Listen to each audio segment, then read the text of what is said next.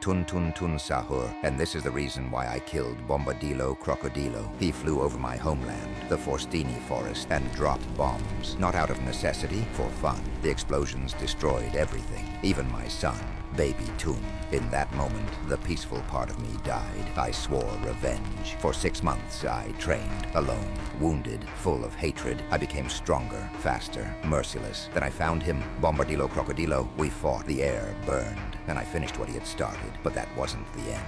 His brother, Bombogini Gusini, waited for his return. For days, but he never came. When he found his body in the desert, he knew I had killed him. He hunted me across the entire world, and eventually he found me right where I had killed his brother, and there he killed me, or so he thought, because when he returned to the place of our battle, I was gone, and in the smoke a message lay: I'm still alive. The war isn't over. It's just begun.